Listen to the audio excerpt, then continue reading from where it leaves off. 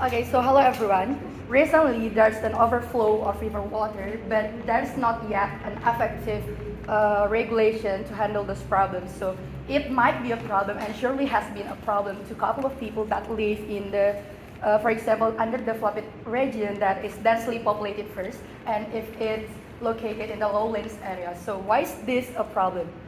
uh, in that densely populated region, those unwise urban planning position cause significant burden to those areas. For example, lack of trees and lack of land that actually can be used to absorb rainwater. So when heavy rainwater can, without this sufficient amount of land existed, it might cause a puddle that will lead to high risk of flooding. So our challenge here in our country is to giving people equitable access to clean water is how might we design water purification system so that people won't so that people will choose this system instead of taking water by digging hole and extract water from the ground, which just make the situation worse by making the level area sinking, just like what happened in Jakarta throughout this year. So our prototype is basically a machine that will like try to solve this problem. So this machine, the mechanism will be explained by my partner, Musa. Okay, thank you. Our proposed prototype, I'm going to try to explain it in a simple way. So basically we have pipes connected from cities which are highly risked in getting floods. So I mean like high density rain areas. So we want to connect those affected areas with pipes which go through a system underground, and it will all be connected into one filtration system. And those pipes, they're at like a declined angle, so water will flow naturally due to gravity. And essentially they will all be gathered in this filtration system. So we have a bunch of water tanks that will be a place to store the dirty water. And then we have the actual filtration system. So before I actually get into this, I need to explain the concept. I bet you all know what osmosis is. Yeah. So yeah, from high concentration to low concentration, you can find that happening in our daily life. I mean, like plants, their roots absorbing water, and in our body too. Correct me if I'm wrong, of course. And so what this does is it reverses that process.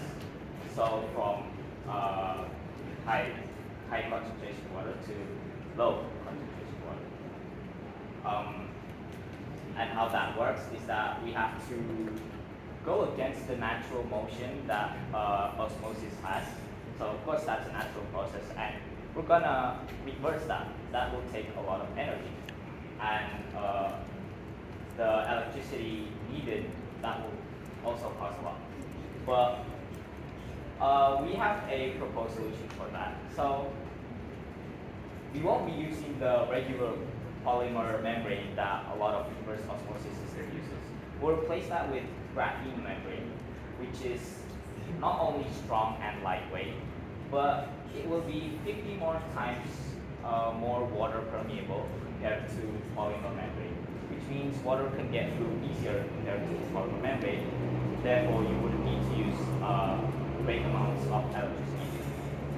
And that process will happen here, and the clean water will be stored here, which will then collect in a main water tank, which will be distributed to the city population.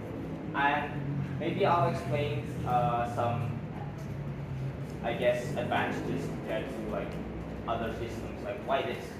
So due to the natural flow of water, like how I explained before, because we have a decline angle, we can also apply water turbines for hydropower. So it can also generate its own electricity.